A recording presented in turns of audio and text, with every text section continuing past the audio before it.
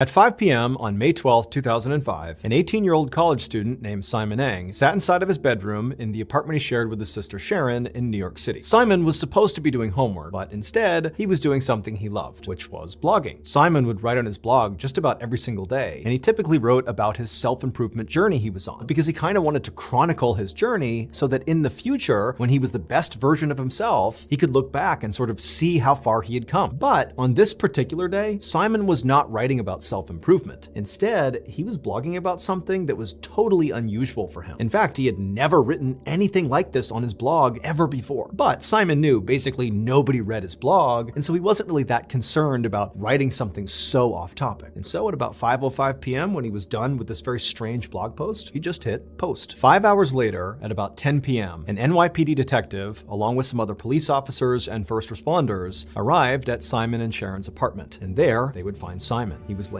perfectly still on the ground, his feet were bound by duct tape, and he was covered in stab wounds. Very quickly, they discovered he was dead. They heard moaning coming from the other bedroom across the hall, and so they rushed in there, and they would discover Simon's sister, Sharon. She also was covered in stab wounds and laying on the ground, but she was still alive. They tried to rush her to the hospital, but in transit, she would die. And she would also die before she could actually tell authorities what happened to her and her brother. For the next 3 days, investigators could not make sense of Simon and Sharon's murders. But then a detective discovered Simon's blog, and they found his final entry. That last post broke the case wide open. Right before Simon was killed, he wrote in his blog about what was actually happening in his apartment. Here is a screenshot of that blog post. It says, quote, "Today has been weird. At 3, some guy ringed the bell. It was my sister's former boyfriend. He is still here right now. Hopefully, he will leave soon." Sharon's former boyfriend was a man named Jin Chung Lin. A year earlier, he and Sharon had gone through a really rocky breakup. Now, Sharon had moved on and kind of gotten over the breakup, but Jin hadn't. He was still furious about the way things ended, and so he ultimately went to Sharon and Simon's apartment to get revenge. And his revenge was murdering the brother and sister. When police confronted Jin with information from Simon's blog post, he immediately confessed to the murders. Jin was tried and found guilty of the murders and sentenced to life in prison without parole. Today, Simon's blog is actually still available online. However, what you'll really see if you go to his blog is the thousands and thousands of comments from people all around the world hoping that Simon and Sharon rest in peace.